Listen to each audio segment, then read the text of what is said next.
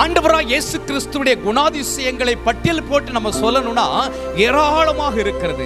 ஆனால் இங்கே அவர் சொல்லும் பொழுது மிகவும் குறிப்பிடத்தக்க அவசியமான முக்கியமான சில காரியங்களை மாத்திரம் சொல்லுகிறார். அதுல ஒன்று பரிசுத்தம் உள்ளவர். ஹல்லேலூயா. பரிசுத்தம் உள்ளவர். இயேசு கிறிஸ்து இந்த உலகத்தில் வாழ்ந்த நாட்களில கூட அவரை விரல் நீட்டி குற்றப்படுத்துவதற்கு ஒருவராலும் கூடாதிருந்தது.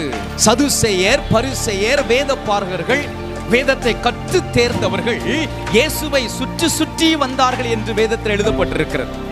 எதற்கு சுற்றி சுற்றி வந்தார்களாம்? அவருடைய வாயிலிருந்து வருகிற வார்த்தையில குற்றம் கண்டுபிடிப்பதற்காக அவரை சுற்றி சுற்றி வந்தார்களாம். குற்றம் கண்டுபிடிக்க முடிந்ததா? நியாய சாஸ்திரிகள் வந்தார்கள், குற்றம் கண்டுபிடிக்க முடியவில்லை.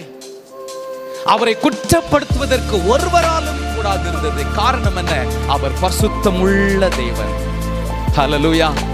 அந்த பரிசுத்தமுள்ள தேவனை ஆராதிக்கிற, அந்த பரிசுத்தமுள்ள தேவனுக்கு ஊழியம் செய்வதற்கு நம்மை அர்ப்பணித்து இருக்கிறோமே, நம்முடைய வாழ்க்கை எப்படி இருக்க வேண்டும்?